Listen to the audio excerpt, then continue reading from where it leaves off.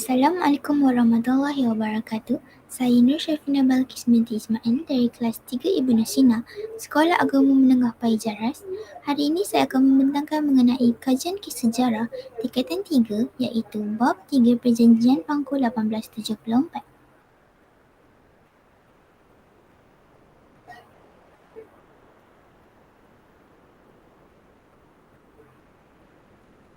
Penyataan masalah British telah mengadakan perjanjian dengan pemerintah tempatan untuk mengikat persetiaan menerima pengaruh British dengan negeri Melayu ialah Perjanjian Pangku 1874.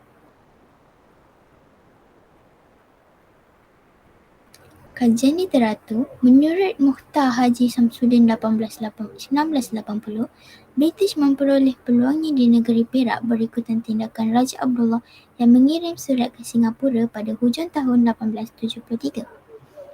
Perkara ini turut disokong oleh Siti Syahirah binti Mustafa dan Nurzilah binti Muhammad Kasim 2019 dalam program sejarahnya kepentingan Perjanjian Pangku 1874.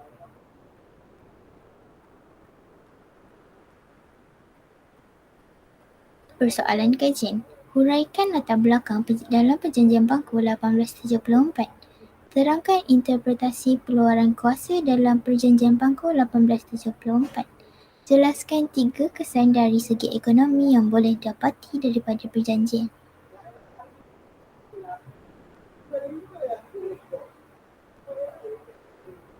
Objektif kajian, menguraikan latar belakang dalam Perjanjian Pangku 1874, menerangkan interpretasi peluaran kuasa British dalam Perjanjian Pangku 1874, menjelaskan 3 kesan dari segi ekonomi yang boleh didapati dalam perjanjian.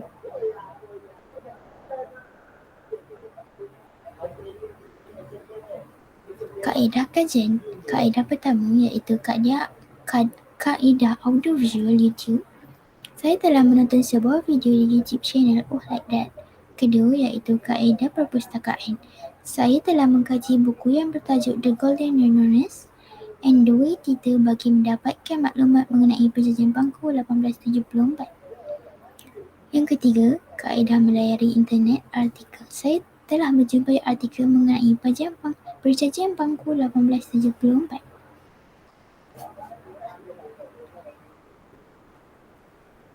Dapatan kajian pertama, huraikan latar belakang dalam Perjanjian Pangku 1874. Soalan pengetahuan. Perjanjian Pangku merupakan perjanjian terawal British dengan Kerajaan Melayu. Perjanjian ini terhasil akibat kemangkatan Sultan Ali yakni Sultan Negeri Perak. Peristiwa ini ditandatangani di atas kapal perang British yang bernama HMS Pluto pada 20 Januari 1874. Peristiwa ini bermula apabila Andrew Clark iaitu Gubernur Negeri-Negeri Selat memanggil kumpulan Jinhi dan Hassan untuk menamatkan perselisihan faham antara mereka.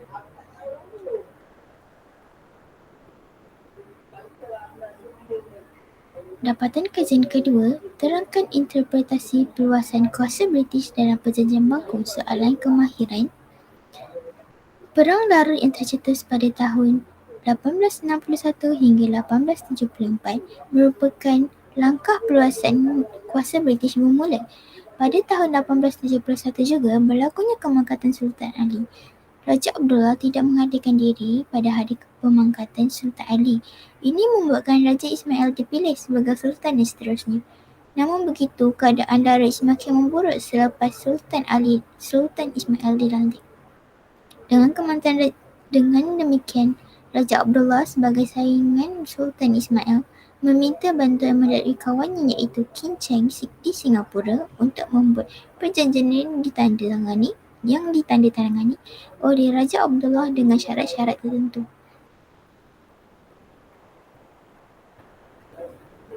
Dapatan kajian ketiga, jelaskan tiga kesan dari segi ekonomi yang boleh didapati di dalam perjanjian ini.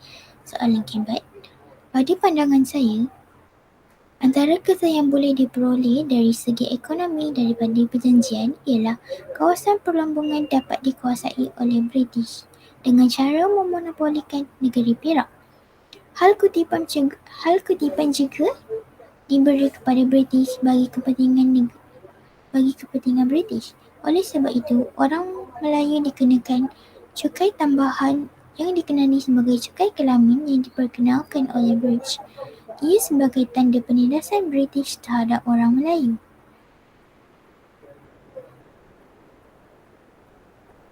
Kesimpulan, kami telah berbincang tentang perjanjian Bangkok yang ditandatangani pada 20 Januari 1874. Ia merupakan satu usaha dari British bagi mengamankan kacau bilau di Larut. Perkara ini secara tidak langsung telah memberi British hak dan kuasa untuk terlibat dalam segala hal dan juga memenuhi kepentingan ekonomi British. Perjanjian ini juga turut memberi beberapa kesan terhadap negeri-negeri Melayu dengan British yang menyebarkan kuasanya ke negeri-negeri Melayu yang lain sekaligus mengukuhkan kedudukan di tanah Melayu. Setelah perjanjian ini berlaku, ia memberikan pengajaran kepada kita agar tidak membuat keputusan secara melulu tanpa perbincangan dan memupuk sifat patriotisme yang tinggi dalam diri untuk menghargai dan mencintai akan negara.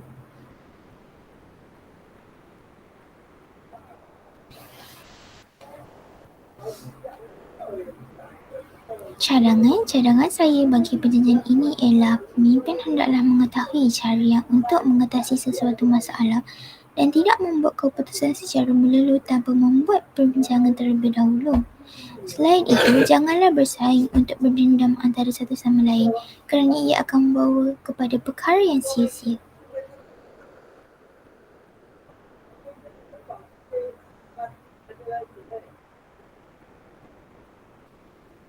Rujukan audiovisual Alright Dad dari YouTube channel.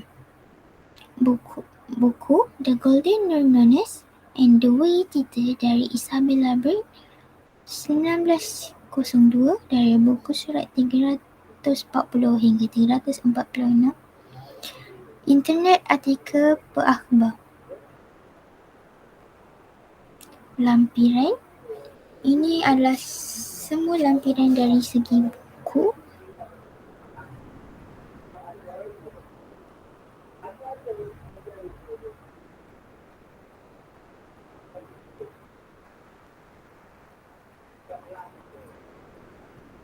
Ini adalah lampiran dari artikel.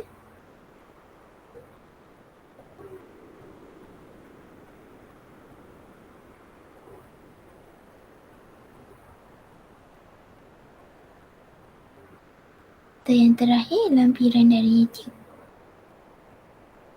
Jadual kerja. Berikut adalah jadual kerja saya sepanjang menyiapkan kajian kes sejarah ini.